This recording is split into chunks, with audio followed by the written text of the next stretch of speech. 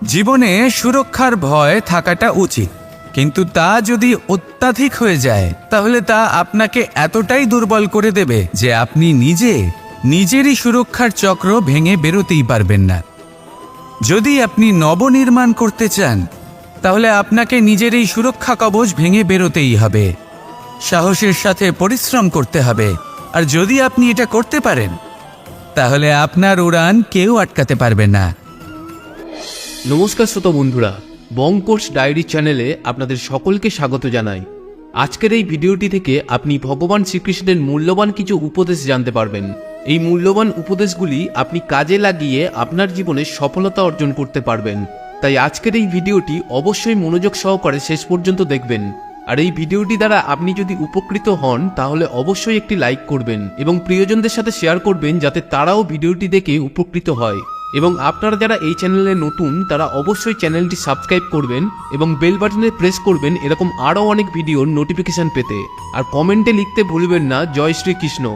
এবার আসুন ভিডিওটি শুরু করা যাক। সংসারে দুই ধরনের পথ হয়, উচিত পথ আর অনুচিত পথ। একটা শুভর দিকে নিয়ে যায় আর একটা অশুভর দিকে নিয়ে যায়। অনেক সময় অজ্ঞানতাবশত জীবনে আমরা সেই পথ নির্বাচন করে নিই যা আসলে অনুচিত, তারপর নিজেকে আশ্বস্তও করে ফেলি যে এই পথেই চলতে হবে, এখান থেকে ফেরার পথ নেই। কিন্তু যদি সত্যি বলি তাহলে এটা শুধুই আপনার ভ্রম। আপনার মধ্যে শুধুমাত্র একটু দৃঢ়তার অভাব আছে, তা জাগ্রত করুন আর বাড়িয়ে তুলুন। আপনি দেখবেন এই সংসারে এমন কোনো পথ নেই যেখান থেকে ফিরে আসা সম্ভব নয়, এমন কোনো মানসিকতা নেই যা বদলানো সম্ভব নয়। যদি আজ এই মুহূর্তে আপনার মনে হয়ে থাকে যে আপনি কোনো অনুচিত পথে আছেন আর আপনি কোনো শুভ পথে যেতে চান, তাহলে ওখান থেকে ঘুরুন আর ফিরে আসুন, আবার সেই মোড়ে ফিরে আসুন আর সেই পথ নির্বাচন করুন যা আপনার জন্য শুভ। একটু সময় অবশ্যই লাগবে, কিন্তু নিশ্চিত রূপে আপনার উদ্দেশ্য এবং আপনার গন্তব্য এই দুই অনেক শ্রেষ্ঠ হয়ে উঠবে। তাহলে আসুন আর আমার সাথে ভালোবেসে বলুন রাধা রাধা।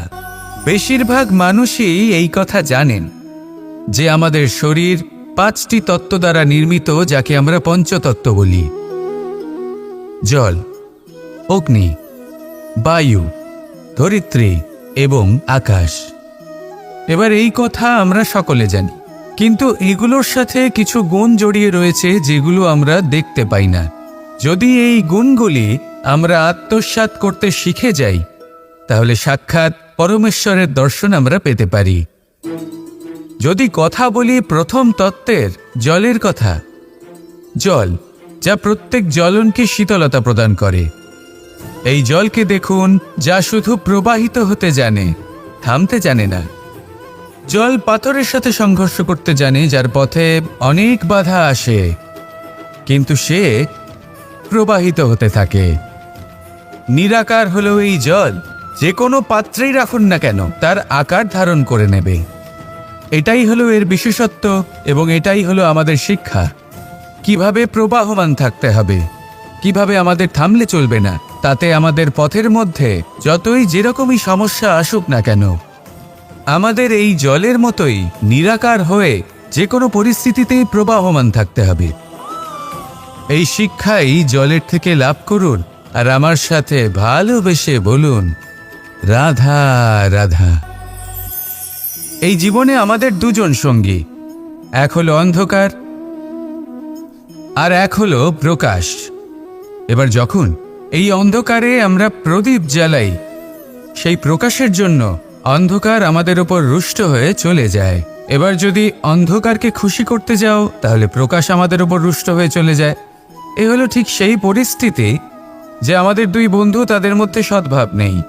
যদি কোনো একজনের মান ভাঙাতে বা খুশি করতে যাও তাহলে দ্বিতীয়জন অবশ্যই রুষ্ট হয়। সেই অবস্থায় আপনাকে বোঝদারের মতো কাজ করতে হবে যে কখন কাকে সমর্থন করতে হবে, কখন কার সাথে চলতে হবে।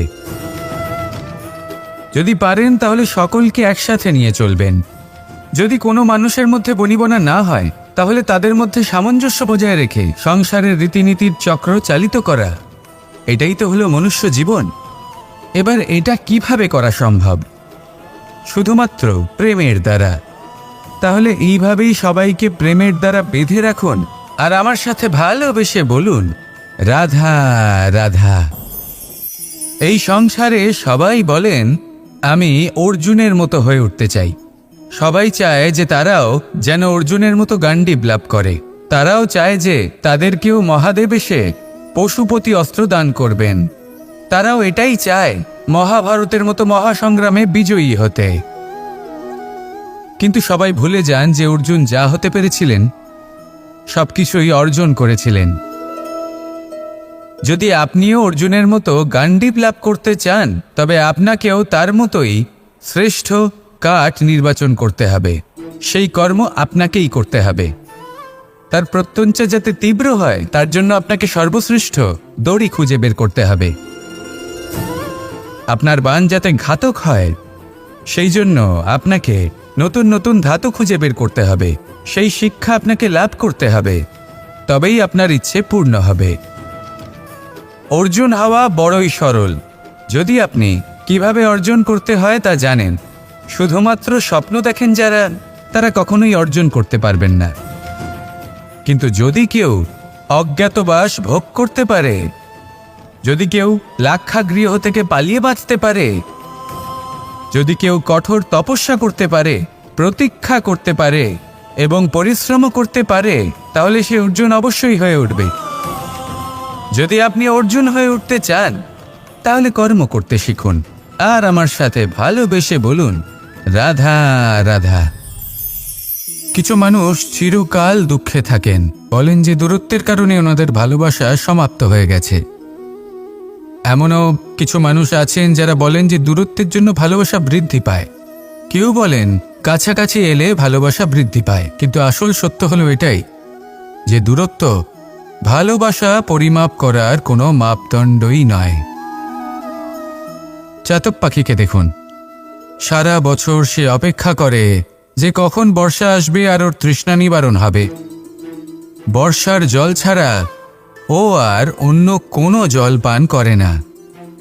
তাহলে বলুন, এই যে দূরত্বের জন্য ওদের ভালোবাসা কি সমাপ্ত হলো? এই ভালোবাসা আপনার মানসিকতা বুঝতে পারে। সে আপনার মনে লুকিয়ে থাকা আবেগ বুঝে নিতে পারে। তা সে আপনি যতই দূরে চলে যান না কেন, যতই কাছে আসুন না কেন, শুধু নিজের আবেগগুলিকে কখনো মলিন হতে দেবেন না, স্বার্থ জড়িয়ে ফেলবেন না। প্রেমকে পবিত্র করে তুলুন। এই প্রেম ক্রমাগত বৃদ্ধি পাবে। আসুন আর এই ভালোবাসার সাথে বলুন, রাধা রাধা।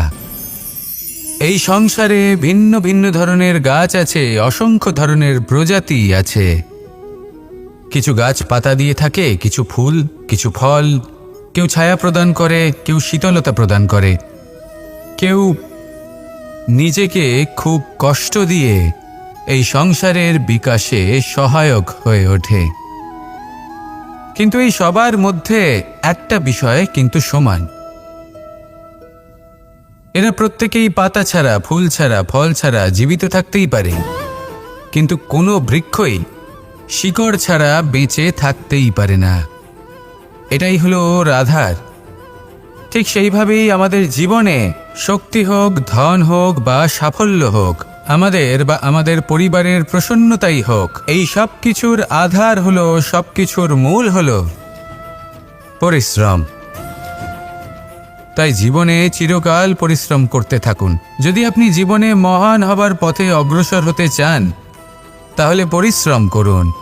এই পরিশ্রম দ্বারাই নিজের পরিবারকে প্রসন্ন করুন, নিজের বন্ধুদের প্রসন্ন করুন, এই সমাজকে গর্বিত করুন।